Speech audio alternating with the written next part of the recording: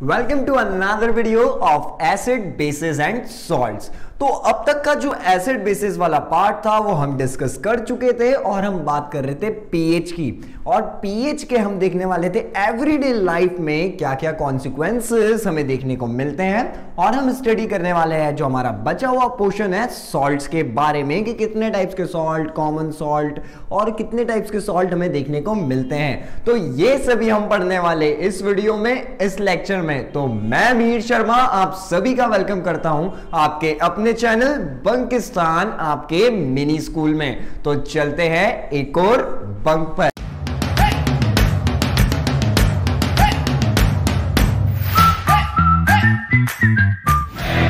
तो अब पीएच के बेसिक को समझने के बाद जो पीएच स्केल होती है, हम समझ चुके थे कि 0 जो होता है बहुत ज्यादा एसिडिक होने वाला है, जो 14 होगा वो बेसिक होता है, और जो 7 पर अगर आया तो वो होने वाला है न्यूट्रल। तो हमें पीएच स्केल का पूरा की पूरा नॉलेज हम ले चुके थे इसके पहले वाले लेक्चर में। तो अब हम डिस्कस करेंगे एवरीडे लाइफ में हमें ऐसे कौन कौन से ऐसे कॉन्सिक्वेंसेस है जिनसे हमें टकराना पड़ता है।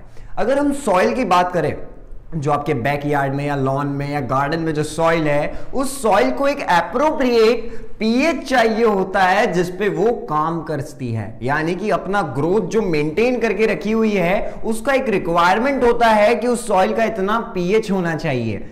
हम अगर बात करें हमारे डाइजेस्टिव सिस्टम में भी, तो हमारा जो स्टमक है वो एसिड प्रोड्यूस करता है, वो एसिड प्रोड्यूस कर रहा है। तो वहां पर एसिड क्यों प्रोड्यूस हो रहा है? कुछ क्लीनिंग का काम चल रहा है, क्योंकि हम जानते हैं एसिड्स को हम वॉशरूम और यूटेंसिल्स को साफ करने के लिए यूज करते हैं। तो क्या ऐसा होना है वहां पर? नहीं, वो होता है फूड डाइजेस्ट करने के लिए। यानी कि जब फूड का प्रोसेस चल रहा है, जब डाइजेशन का प्रोसेस चल रहा है, तो क्या होता है, हमारा स्टमक एसिड प्रोड्यूस करेगा एक्सेस में, और वो डाइजेस्ट करता है हमारे फूड को, और बिना कोई हार्म करे। यानी कि उस एसिड से हमें हार्म नहीं होने वाला है। जैसा जो नेचुरल एसिड अगर बाहर से लगता है तो हम हाथ बर्न हो जाएगा, जो हमारी स्किन है वो बर्न हो जाएगी, ऐसा हमें नहीं देखने को मिलता है।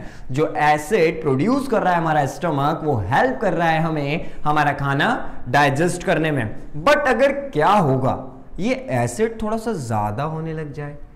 अब होता क्या है, कभी हम ज्यादा खा लेते हैं या नॉर्मली भी हम लेके देखें तो क्या होता है, एसिड जो रहता है वो थोड़ा सा ज्यादा प्रोड्यूस हो जाता है कभी कभी। और जब ज्यादा प्रोड्यूस हो जाता है तो इरिटेशन होने लग जाती है, यानी कि जलन होने लग जाती है। और इरिटेशन ये सारी चीजें हमें वहां पर देखने को मिलती है, और वहां पर हल्का सा पेन भी हमें फील होने लगता है। तो इस पेन से बचने के लिए यूज होती है एक चीज जिसे हम बोलते हैं एंटा एसिड। हम वायरस समझते हैं, एंटीवायरस जो वायरस को खत्म कर देगा, एसिड तो अब क्या यूज कर रहे हैं, एंटा एसिड। तो एंटा एसिड क्या है, जो एसिड को खत्म कर देगा। यानी कि जो excess amount of acid stomach में रिलीज हो चुका है, अब वो होने वाला है कम। और उसे कौन कम करने वाला है, एंटा एसिड, जिन्हें हम यूज करते हैं, और वो क्या करेंगे, न्यूट्रलाइज कर देंगे जो एक्सेस HCl एसिड है जो कि हमारा स्टमक प्रोड्यूस करता है। मींस हमारे स्टमक में कौन सा एसिड प्रोड्यूस हो रहा है, हाइड्रोक्लोरिक एसिड। तो हाइड्रोक्लोरिक एसिड का एक्सेस क्या करेगा, एंटा एसिड कम कर देगा, उसे दबा देगा, और आप आ जाएंगे नॉर्मल सिचुएशन में।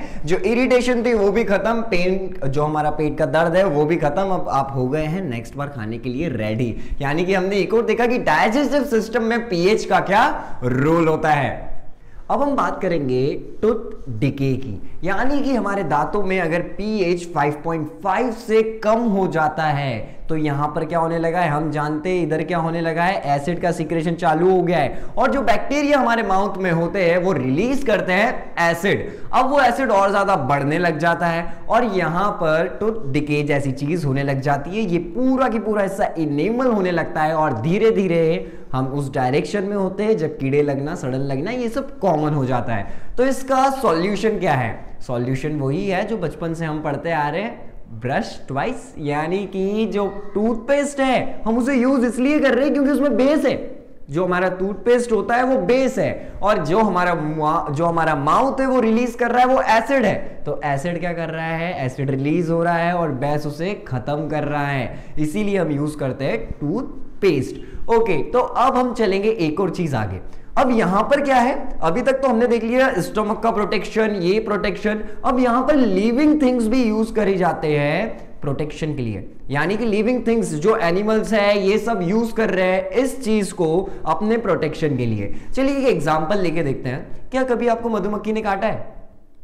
आपको जब मधुमक्खी काटती है वो अपना एक डंक छोड़ जाती है और आपको बहुत ज्यादा दर्द होने लगेगा, क्योंकि उसमें एसिड होता है, वो एसिड वहां पर रिलीज करके गई होती है, इसीलिए आपको बहुत ज्यादा दर्द होता है। मगर इसका सॉल्यूशन जब हम साइंस को समझ जाते हैं तो हम यूं कर सकते हैं, क्योंकि हमें पता चल गया, क्योंकि जो उसने डंक मारा है और जो वहां छोड़ा है उसमें क्या है? एसिड, और उसी की वजह से हो रहा है दर्द। तो क्या लगाना पड़ेगा? उस पे बेस लगाना पड़ेगा। इसीलिए क्या होता है, घर में जो लोग रहते हैं वो बोलते हैं बेकिंग सोडा लाके लगाओ, काम खत्म हो जाएगा, सही हो जाएगा। और ये चीज हमें देखने को मिलती है। अगर हम मधुमक्खी के काटे हुए पर बेकिंग सोडा को यूज करते हैं तो वहां से जो दर्द रहता है, जो इरिटेशन हमें होती रहती है, वो खत्म हो जाती है। और एक और एग्जांपल हमें देखने को मिलता है नेटल्स में। What are nettles? Nettles plants होते हैं जो कि एक्सीडेंटली अगर टच हो गए गलती से, यानी कि जंगल में हम लगे हुए, अरे ये क्या है, ये क्या है, इतनी बड़ी बड़ी मजेदार चीजें इतने में हाथ लग गया नेटल्स पे, ये एसिड रिलीज कर देगा, ये मिथोनिक एसिड रिलीज कर देगा। अब आपका हाथ जलने लग गया है, आपको फील होने लग गया है। तो अब इसका सॉल्यूशन क्या है? इसका सॉल्यूशन आपको नेटल्स के आसपास ही मिलने वाला है। जब ये प्लांट आप पे एसिड रिलीज करेगा, आपका हाथ थोड़ा सा जलने लगेगा, और इसका सॉल्यूशन ये होता है इस हाथ का कि आपको डॉग प्लांट ढूंढना है। क्या डॉग? वो वाला डॉग नहीं, DOG वाला, DOCK डॉग। आपको डॉग प्लांट दिखना है जो कि इसके आसपास दिखता है, क्योंकि वो काम करता है एज अ बेस। तो जो मिथोनिक एसिड यहां पर रिलीज किया था नेटल्स प्लांट्स ने, उसको न्यूट्रलाइज करने का काम कौन करेगा? बेस करेगा। यानी कि जब आपको उस पे मिथोनिक एसिड से, जहां से आपको लगी है, जहां से पेन हो रहा है, जब आप उस पे वो लगाएंगे तो रिलीफ मिलना चालू हो जाएगा। और ये थी हमारी कुछ, हमने एक्टिविटीज अभी डिस्कस की है ताकि हमारा पीएच का कंसेप्ट हमें समझ में आए कि हमें डिस्कस क्यों करना है। हमने ये देख लिया था 0 बहुत ज्यादा एसिडिक है, 14 बहुत ज्यादा अल्कलाइन है, 7 तो हमारा न्यूट्रल हो जाता है। तो हमने कुछ ऐसी एक्टिविटीज भी देख ली जहां पर पीएच का इंपॉर्टेंस है। नहीं तो आपको लगता है ये स्केल क्यों यूज करी जा रही है। तो हमने अब ऐसी कुछ बातें और एग्जांपल्स डिस्कस किए हैं जिससे हमें समझ में आया कि कहां कहां पर पीएच का यूज हो रहा है। अब हम चलने वाले इस चैप्टर के लास्ट और सबसे इंपॉर्टेंट पार्ट की तरफ। तो अब हम बात करने वाले हैं सॉल्ट्स के बारे में। सॉल्ट से बहुत सारे क्वेश्चन आने हैं, 4 से 5 नंबर में, बहुत ज्यादा इंपॉर्टेंट टॉपिक है। बट सॉल्ट की स्टडी को ऐसे सॉल्ट की स्टडी नहीं लेना है, यानी कि सॉल्ट की स्टडी को सॉल्ट की स्टडी से नहीं लेना है। सर इसका मतलब क्या हुआ? सॉल्ट्स को हम बहुत ज्यादा सिंपल बना के डिस्कस करने वाले हैं। अगर ये पिछले कंसेप्ट्स और पिछला लेक्चर आपने बहुत अच्छे से देखा है तो सॉल्ट्स में आपको एक भी प्रॉब्लम नहीं आने वाली है। तो चलिए शुरुआत करते हैं सॉल्ट्स की। और इतना पीएच पढ़ते हुए आए हैं तो पहले सॉल्ट्स की शुरुआत करते हैं, सॉल्ट्स की पीएच से ही, कि सॉल्ट्स की पीएच क्या होती है। सॉल्ट्स की पीएच होगी 7। अच्छा, तो सॉल्ट्स की पीएच होने वाली है 7, लेकिन कंडीशन है यहां पर, यानी कि जब स्ट्रॉन्ग बेस है, स्ट्रॉन्ग एसिड है और फिर सॉल्ट बनता है, तो दोनों स्ट्रॉन्ग एक दूसरे को मेंटेन कर देंगे और आपको पीएच देखने को मिलता है वो की होता है 7। लेकिन जब एसिड स्ट्रॉन्ग है, बेस वीक है, यानी कि स्ट्रॉन्ग एसिड, बेस जो है वो वीक है, वीक बेस, ये जब सॉल्ट बनाएंगे तो क्या होगा? एसिडिक थोड़ा सा ज्यादा हो जाएगा, यानी कि 7 के पीछे जाने लग जाएगी, 6 5 4 3 2 1 इधर वैल्यू जाने लग जाएगी। बट जब वीक एसिड हुआ, स्ट्रॉन्ग बेस हुआ और फिर सॉल्ट बना, तो अब क्या होगा? 7 के उधर अल्कलाइन की तरफ जाने लग जाएगी। यानी कि strong acid, strong base, neutral. Acid strong हुआ तो अपनी तरफ ले जाएगा गेम को, और अगर बेस स्ट्रॉन्ग हुआ तो वो अपनी तरफ ले जाएगा, यानी कि 7 से उधर की तरफ ले जाएगा, 14 की तरफ। अब पीएच हमको समझ में आ गया क्या होने वाला है। अब जो सॉल्ट है, जो हमारा कॉमन सॉल्ट होता है, वो किस चीज से बनता है? हम पिछले चैप्टर में भी देख चुके हैं। सिंपल सा HCl लेते हैं, यानी कि HCl हाइड्रोक्लोरिक एसिड प्लस क्या होता है? सोडियम हाइड्रोक्साइड, यानी कि NaOH। OH और उधर से एसिड से H निकाल दीजिए, H2 को बाहर कर देते, क्या बचा? Na प्लस Cl-, ये आपस में कंबाइन हो गए सॉल्ट बनाने के लिए। और ये जो NaCl है ये हमारे घर में यूज होता है एज अ सॉल्ट, यानी कि सोडियम क्लोराइड। और सोडियम क्लोराइड्स को लेके तो हम इंडियंस की काफी मेमोरीज भी है। अगर हम हिस्ट्री में थोड़े से इंटरेस्टेड है तो हमें पता है कि महात्मा गांधी जी को कितना स्ट्रगल करना पड़ा था। एक दांडी मार्च जैसा एक प्रोग्राम भी लॉन्च किया गया था जिसमें क्या करा गया था, अपने सॉल्ट को प्रोटेक्ट कर रहे थे। उस पर बहुत ज्यादा टैक्स लग रहा था, इस वजह से क्या बोला जा रहा था कि ये तो हमारे यही आता है, ओशियन हमारे हैं, कंट्री हमारी है, लैंड हमारा है, तो सॉल्ट आपका कैसे हुआ। इस पे हम इंडियंस का हक है। और बहुत ज्यादा कंट्रोवर्सी चली और ये बहुत ज्यादा फेमस हुआ, इतना कि आज भी आपकी बुक में है। तो यहां से हमें समझ में आ गया सॉल्ट की इंपॉर्टेंस क्या है। चलिए अब सॉल्ट जो है हमारा कॉमन सॉल्ट हमें क्लियर हो चुका है, जो कि होता है NaCl। क्या होता है? Sodium chloride. यानी कि अब हम चलते हैं नेक्स्ट स्टेप। तो सोडियम क्लोराइड हमारा कॉमन सॉल्ट है जिससे बनते हैं बहुत सारी चीजें। यानी कि सॉल्ट एक टाइप का होता तो स्टडी होती कम, बट ऐसा हुआ नहीं है। यानी कि सॉल्ट्स क्या है, बहुत ज्यादा है। तो सोडियम क्लोराइड को तो हमने समझ लिया क्या होता है, घरों में यूज हो रहा है कॉमनली। और जो इसका रिएक्शन है वो भी बहुत इजी है। जब हम HCl और NaOH को मिला देंगे हमारा NaCl बन जाएगा और H2O बाहर चला जाएगा।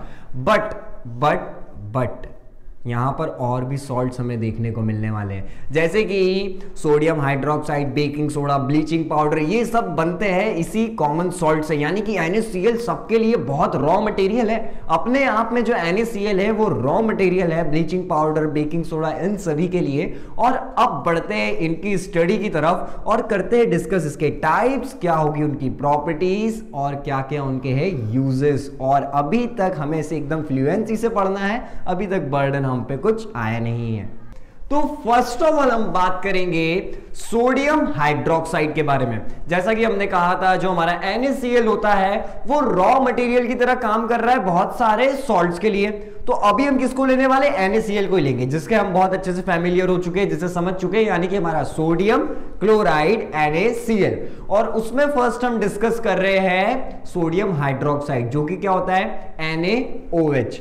तो NaOH कैसे बनेगा, इस चीज को अब डिस्कस करने वाले हैं अब। यानी कि NaOH का प्रोसेस क्या रहने वाला है। तो अगर हम जो इलेक्ट्रिक करंट होता है उसे पास करते हैं, थोड़ी सी इलेक्ट्रिसिटी झटके वाली चीज यहां पर लेके आते हैं बीच में।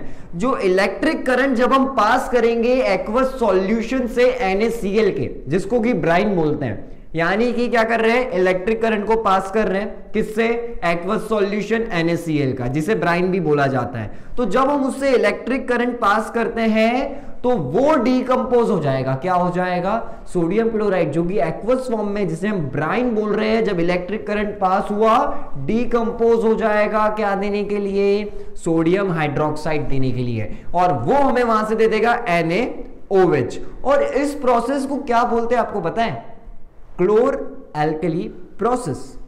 इस प्रोसेस को हम बोल रहे हैं जिसमें क्या हुआ, इलेक्ट्रिक करंट पास करा हमने NaCl के एक्वस सॉल्यूशन से, जिसे हम ब्राइन बोलते हैं, वो दे देगा हमें NaOH, जैसा कि आप अभी ऊपर रिएक्शन में देख पा रहे हैं। और इसे हम बोलते हैं इस प्रोसेस को क्लोर एल्कली प्रोसेस। और इस प्रोसेस को क्लोर एल्कली प्रोसेस हम इसलिए बोलते हैं क्योंकि यहां पर क्लोरीन बनने वाला है। तो जो क्लोर हम लगा रहे हैं ना, वो क्लोरीन के लिए लगा रहे हैं। और जो अल्कलाइन हम जो लगा रहे हैं, क्लोर अल्कली प्रोसेस, अल्कलाई प्रोसेस जो हम बोल रहे हैं, तो यहां पर अल्कलाई जो हम यूज कर रहे हैं वो कर रहे हैं, जैसा हमने देखा क्लोरो के लिए क्या था, क्लोर के लिए क्लोरीन था, और सोडियम हाइड्रोक्साइड के लिए क्या होगा, अल्कलाइन होगा। यानी कि क्लोर अल्कली प्रोसेस इसलिए बोल रहे हैं, क्लोर है क्लोरीन जो बन रहा है, और जो अल्कली है वो सोडियम हाइड्रोक्साइड के लिए हम यूज कर रहे हैं। तो एक बार सिंपल से फिर से हम बेसिक से समझ के देखते हैं, हमें कंफ्यूज नहीं होना है। एक्वस सॉल्यूशन लिया NaCl का, उसमें से इलेक्ट्रिक करंट को पास करा और वहां पे क्या मिल गया, डीकंपोज हो गया NaCl NaOH देने के लिए। इस प्रोसेस को बोला क्लोर एल्कली प्रोसेस। क्लोर एल्कली प्रोसेस क्यों, क्लोर से Cl निकला है इसलिए, एल्कली इसलिए क्योंकि सोडियम हाइड्रोक्साइड निकला है। ये प्रोसेस हमें हो चुकी है क्लियर। चलिए अब रिएक्शन की तरफ बढ़ जाते हैं, जो कि हमारी मेन बात है। तो 2NaCl, अभी आपको स्क्रीन पर रिएक्शन दिख रही होगी तो आपको पूरा ध्यान वहीं पर रखना है। 2NaCl लेंगे, यानी कि हम 2NaCl लेंगे प्लस 2H2O लेंगे। क्योंकि हमने देखा था हम उसे एक्वस सॉल्यूशन में डीकंपोज होने वाला है। तो 2H2O यहां पर लिया और 2NaCl हमने यहां पर लिया और उसे इलेक्ट्रिक करंट से जब हमने पास करा है तो क्या बनने वाला है, हमें पता है यहां से NaOH बनना है। तो चलिए NaOH बना देते हैं। यहां से NaOH आपको प्रोडक्ट में दिख रहा है कि डीकंपोज होकर इलेक्ट्रिक करंट की प्रेजेंस में वहां पे सोडियम हाइड्रोक्साइड बन चुका है। अब आप देखते हैं इसमें दो प्रोडक्ट और बन रहे हैं जो कि है Cl2 और H2, यानी कि हमें Cl2 और H2 भी देखने को मिल रहा है। और जो Cl2 H2 इस रिएक्शन में बने हैं वो भी बहुत ज्यादा काम के होते हैं, यानी कि तीनों प्रोडक्ट क्या क्या बने, सोडियम हाइड्रोक्साइड, क्लोरीन, हाइड्रोजन, यहाँ पे जो तीनों चीजें बनी है ये बहुत ज्यादा काम की होती है। अब एक आपको थोड़ा सा डायग्राम दिख रहा होगा आपके बुक में, तो वहां पर क्या है, जो हमारा क्लोरीन है उसको एनोड साइड लेते हैं, जो हमारा क्लोरीन गैस है उसको एनोड साइड लिया है, और जो हमारा हाइड्रोजन गैस है उसको कैथोड साइड लिया है। जब रिएक्शन होता है तो क्या होता है, कैथोड साइड पे NaOH आ जाएगा। कैथोड पे तो सर हाइड्रोजन गैस है तो वहां पर कैसे आएगा, कैथोड के जस्ट पास में आपको दिख रहा होगा डायग्राम में, वहां पर NaOH आ जाएगा। तो हम सिंपली इस रिएक्शन को यहां पर क्लोज करेंगे। हम समझ चुके हैं कि क्या हुआ है, इलेक्ट्रिक करंट पास कराया गया है सिर्फ और सिर्फ एक्वस NaCl के सॉल्यूशन से, इस वजह से वो डीकंपोज हुआ क्या देने के लिए, NaOH देने के लिए। और रिएक्शन हम अभी भी इसका आपको स्क्रीन पर दिख रही है जो कि हम क्लियर कर चुके हैं। और यहां से जो तीनों प्रोडक्ट बने, क्लोरीन, हाइड्रोजन, NaOH, हमें बहुत काम के रहते हैं। तो हम बात कर रहे थे सोडियम हाइड्रोक्साइड की और हमने बना दिया सोडियम हाइड्रोक्साइड। तो यहां पर जो NaOH का जो कंसेप्ट है वो ओवर होता है। अब हम बात करेंगे ब्लीचिंग पाउडर के बारे में, जिसे हम कैल्शियम ऑक्सीक्लोराइड भी बोलते हैं, क्योंकि ब्लीचिंग पाउडर का फॉर्मूला होता है CaOCl2। यानी कि हमें समझ में आ गया जो हमारा नेक्स्ट सॉल्ट है जिसकी हम बात करने वाले हैं वो है ब्लीचिंग पाउडर, और इसका केमिकल फॉर्मूला होता है CaOCl2। ये प्रोड्यूस्ड कैसे होता है, सबसे पहले हम बात करेंगे इसकी रिएक्शन के बारे में। तो जब हम क्या कराएंगे, क्लोरीन को रिएक्ट कराने वाले हैं स्लैक्ड लाइम से, यानी कि स्लैक्ड लाइम क्या होता है, हम बहुत बार डिस्कस कर चुके हैं इस चीज को, कैल्शियम हाइड्रोक्साइड, यानी कि CaOH2 को हम क्या बोलते हैं, स्लैक्ड लाइम बोलते हैं। जब क्लोरीन और स्लैक्ड लाइम के बीच में रिएक्शन होगा तो हमें दिखता है फॉर्मेशन किस चीज का, CaOCl2, जो कि हमारा ब्लीचिंग पाउडर का फॉर्मूला होता है। यानी कि ये प्रोड्यूस्ड होगा by the action of chlorine on slaked lime. तो रिएक्शन अभी आपको स्क्रीन पर दिख रही होगी, वो है CaOH2 प्लस Cl2। तो यहां से हमें CaOCl2 यानी कि हमारा ब्लीचिंग पाउडर देखने को मिलता है, और साथ ही यहां पर वाटर का एक मॉलिक्यूल भी रिलीज होता है। तो जो ब्लीचिंग पाउडर की रिएक्शन है वो बहुत ज्यादा सिंपल है, इतनी ज्यादा कॉम्प्लिकेटेड नहीं है, क्योंकि हमने सिर्फ और सिर्फ स्लैक्ड लाइम और क्लोरीन के बीच में रिएक्शन कराया, और हमें अगर ब्लीचिंग पाउडर का फॉर्मूला याद है जो कि होता है CaOCl2, तो हमें कोई दिक्कत नहीं आनी है। और साथ ही हमने निकाल दिया है यहां पर वाटर का एक मॉलिक्यूल। अब हम बात करते हैं इसके इंपॉर्टेंस के बारे में, इसके क्या क्या यूजेस हैं इंडस्ट्री में, उसके बारे में हम बात करने वाले हैं।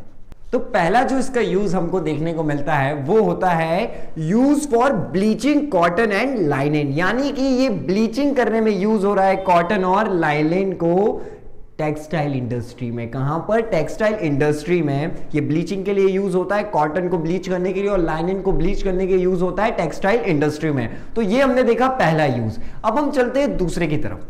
जो दूसरा यूज हमें ब्लीचिंग पाउडर का देखने को मिलता है वो होता है एज अ डिसइंफेक्टेंट।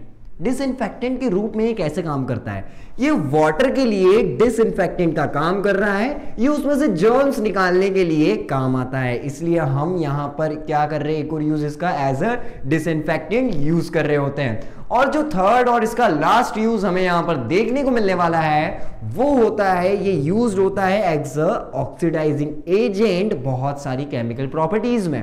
यानी कि तीन प्रॉपर्टीज जो हमने देखी है अभी वो क्या है, एकदम ब्लीचिंग के लिए यूज हो रहा है टेक्सटाइल इंडस्ट्री में, डिसइंफेक्टेंट भी हमने यूज करा है एज ए डिसइंफेक्टेंट, इसे यूज कर रहे हैं हम ब्लीचिंग पाउडर को, और ये एक अच्छा सा पावरफुल ऑक्सीडाइजिंग एजेंट भी है, बहुत सारी केमिकल रिएक्शंस और केमिकल प्रॉपर्टीज में हम इसे यूज कर रहे होते हैं। तो ये थी हमारी स्टडी ब्लीचिंग पाउडर के बारे में, और इसी के साथ बढ़ते हैं नेक्स्ट सॉल्ट की तरफ। हम चलते हैं अगले सॉल्ट की तरफ जो कि है बेकिंग सोडा। बेकिंग सोडा नाम तो सुना होगा आपने किचन में अपनी मम्मियों के मुंह से, यानी कि बेकिंग सोडा से हम बहुत अच्छे से फैमिलियर है। तो अब इसे हम समझेंगे थोड़ा सा साइंस की लैंग्वेज में, थोड़ा सा केमिस्ट्री की लैंग्वेज में। तो बेकिंग सोडा जिसका फॉर्मूला होता है NaHCO3। तो NaHCO3 को हम और क्या बोल सकते हैं, इसे एक और नाम जो हम केमिस्ट्री में बोलते हैं बेकिंग सोडा के साथ साथ वो होता है सोडियम हाइड्रोजन कार्बोनेट, यानी कि हम इसे बोलेंगे सोडियम हाइड्रोजन कार्बोनेट और बेकिंग सोडा भी यहां पर हम इसे बोलते हैं। और हम जानते हैं सारे सॉल्ट में एज अ रॉ मटेरियल कौन काम करने वाला है, NaCl। कौन काम करने वाला है, NaCl। तो यहां पर भी क्या होगा रिएक्शन में, रिएक्टेंट साइड पे क्या लगेगा, NaCl। पहले समझते हैं बेकिंग सोडा किस किस काम में आ रहा है। पकोड़ा, जो क्रिस्पी क्रिस्पी पकोड़ा हमारा रेनी सीजन में खाने का जो मूड होता है ना, वो बेकिंग सोडा की वजह से बन पाता है। जो इडली से लेके खमन तक की चीजें, उसमें हमें थोड़ा सा फुलाना पड़ता है उन चीजों को, तो उन चीजों में भी हम बेकिंग सोडा का यूज करते हैं। और अलग अलग डिशेस में भी बेकिंग सोडा का यूज होता है। कह सकते हैं किचन का बहुत ही कॉमन चीज हो चुका है बेकिंग सोडा NaCl के बाद में। तो बेकिंग सोडा बनता कैसे, हम जानते हैं रॉ मटेरियल कौन है सारे सॉल्ट बनाने के लिए, NaCl है। तो बेकिंग सोडा भी ऐसे ही बनता है। तो रिएक्टेंट साइड आपको अभी दिख रहा होगा NaCl। अब हम इसमें प्लस क्या करवाने वाले हैं, हम थोड़ा सा लेंगे वाटर। चलिए किचन में काम आता है तो किचन जैसे इसे बना देते हैं। तो कैसे बनाएंगे इसे, NaCl लेंगे प्लस H2O लेंगे। NaCl H2O को मिला दिया है। अब उस डिश में CO2 भी डाल दीजिए और NH3 अमोनिया भी डाल दीजिए। क्या क्या डाला है, अमोनिया डाल दिया है, ठीक है, चेक है। CO2 चेक हो गया, डाल दिया। H2O चेक हो गया, डाल दिया। और NaCl चेक हो गया, डाल दिया। ये सारी चीजें हमने तैयार कर दी है। अब जो डिश बनने वाली है वो क्या होगी, साथ में दो प्रोडक्ट हमें इस समय रिएक्शन को देखने को मिल रहे हैं, जैसा कि आप अभी स्क्रीन पर देख पा रहे हैं। तो यहां पर बन रहा है अमोनियम क्लोराइड। अमोनियम क्लोराइड क्या होता है हमारा, NH4Cl। NH4Cl हमारा बनता हुआ दिख रहा है, जो कि हमारे किसी काम का नहीं है, ठीक है। लेकिन जो मेन चीज हमें बनानी थी, जो कि हमारा सेकंड प्रोडक्ट है, वो क्या है, NaHCO3। यानी कि हमारा बेकिंग सोडा बनके हो चुका है तैयार। यानी कि NaHCO3 जिसे हमें बनाना था वो प्रिपेयर हो चुका है। तो चलिए जो हमारी रेसिपी है उसको थोड़ा सा फास्ट करके देखते हैं। हमने क्या करा, NaCl लिया, उसमें H2O डाला, CO2 डाला और NH3 डाला, और क्या तैयार हो गया, अमोनियम क्लोराइड मिला। वो भी ठीक है, उसे लिखना पड़ेगा, लेकिन वो काम का नहीं है। हमें मेन चीज जो बनानी थी वो मिली NaHCO3, यानी कि सोडियम हाइड्रोजन कार्बोनेट भी जिसे हम बोलते हैं। अब जब हम इसको कुकिंग करते हैं, कुकिंग के टाइम क्या करते हैं, कुकिंग ऐसी हो जाती है, हमें क्या करनी पड़ती है, मेन चीज उसे हीट प्रोवाइड करनी पड़ती है, ठीक है। तो कुकिंग के टाइम पे हीटिंग में जो रिएक्शन NaHCO3 में होने वाली है, उस रिएक्शन के बारे में हम बात करने वाले हैं। यानी कि जब हम कुक करेंगे तो हीट करते हैं जब हमारे NaHCO3 को, तो क्या होता है, क्या रिएक्शन हमें देखने को मिलती है। तो अब रिएक्शन वो स्क्रीन पर आ चुकी है, और वो है 2NaHCO3 हमने लिया, यानी कि हमारा जो बेकिंग सोडा है उसे हमने ले लिया।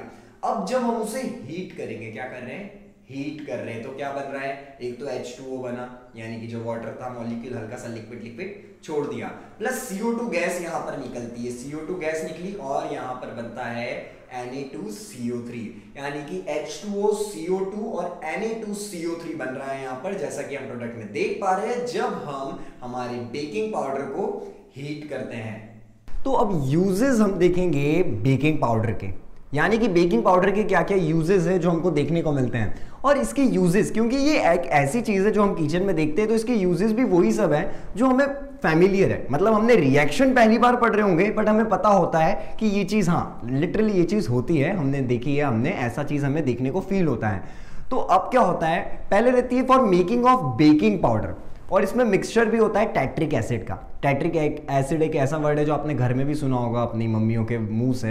ये एक ऐसा वर्ड है साइंटिफिक जो नॉर्मल लोग भी यूज करते हैं। हम बोलते हैं ना छोड़ टैट्रिक एसिड लेके आना, टाट्री लेके आना, इसे कॉमन लैंग्वेजेस में ऐसे यूज किया जाता है। तो इसका एक इंथैल बनाने के लिए क्या रिएक्शन होती है, जब हम बेकिंग पाउडर को हीट करेंगे तो क्या रिएक्शन यहां पर हो रही है।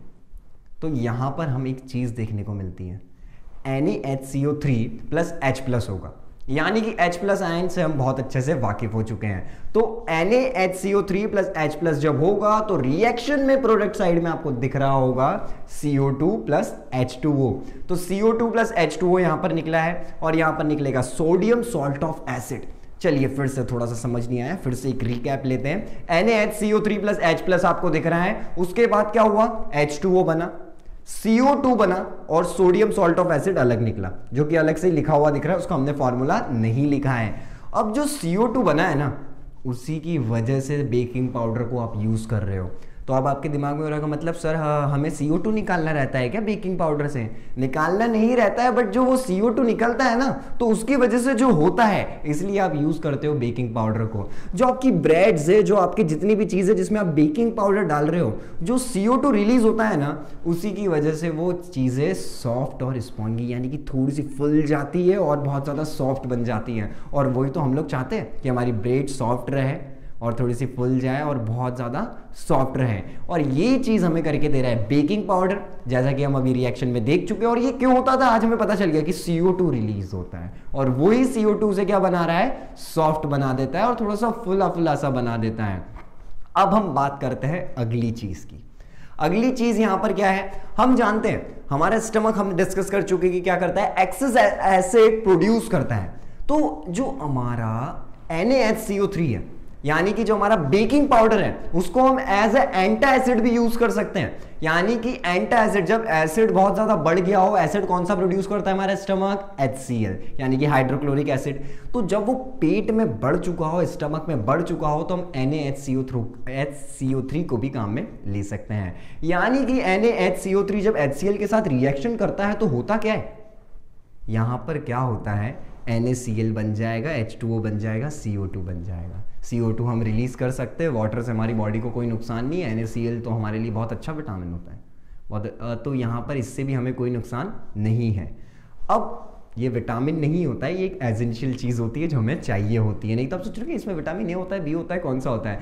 तो हमें क्या समझ में आया, जब एसिडिटी बढ़ गई है यानी कि एसिड ज़्यादा प्रोड्यूस हो गया है, तो बेकिंग पाउडर जो हमारा है वो यहाँ भी यूज़ हो रहा है। NaHCO3 जब HCl के साथ रिएक्शन करेगा तो NaCl H2O और CO2 बना देगा, जैसा कि आप अभी स्क्रीन पर ये रिएक्शन देख पा रहे हैं। तो ये हमने क्लियर कर लिया है बेकिंग पाउडर का पूरा की पूरा पार्ट।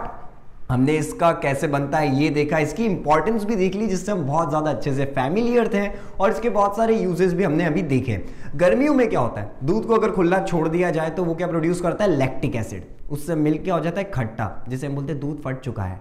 लैक्टिक एसिड प्रोड्यूस करने से क्या हो जाता है, दूध सॉर्ट हो जाता है टेस्ट में, और हम जानते हैं एसिड क्या होते हैं टेस्ट में, सॉर होते हैं। तो उसने क्या कर दिया है, एसिड प्रोड्यूस कर दिया है। इस वजह से इसे प्रिजर्व रखना पड़ेगा। अब इसे प्रिजर्व हम बेकिंग पाउडर कुछ लोग डाल के उसे प्रिजर्व कर लेते हैं। अब ये क्या होता है, एक स्ट्रॉन्ग बेस है जो हमारा बेकिंग पाउडर, ये क्या है, एक स्ट्रॉन्ग बेस है। तो ये वहां पर एसिड प्रोड्यूस नहीं होने देगा और वो दूध प्रिजर्व हो जाता है, उसमें लैक्टिक एसिड रिलीज नहीं होता है और वो प्रिजर्व रह जाएगा। यानी कि हम इसे एज अ फूड प्रिजर्वेटिव भी यूज करते हैं। और यहां पर हमारा NaHCO3 यानी कि सोडियम हाइड्रोजन कार्बोनेट, और जिसे हम बोलते हैं बेकिंग पाउडर, इसका डिस्कशन ओवर होता है। अब हम बात करेंगे हमारी लास्ट चीज की, यानी कि इसके बाद ये सेक्शन खत्म हो जाएगा और फिर हम बढ़ेंगे अगले टॉपिक की तरफ। तो अब हम बात करने वाले हैं POP की, यानी कि प्लास्टर ऑफ पेरिस की। तो POP की जब हम बात करेंगे तो इसमें हमें एक मजेदार चीज देखने को मिलने वाली है, इससे भी हम फैमिलियर हैं। अब कैसे फैमिलियर है वो तो आगे पता चलेगा, बट इसकी रिएक्शन से आप फैमिलियर बिल्कुल नहीं है, जैसे आप बाकी सब बेकिंग सोडा और वॉशिंग सोडा में भी फैमिलियर रिएक्शन से नहीं थे।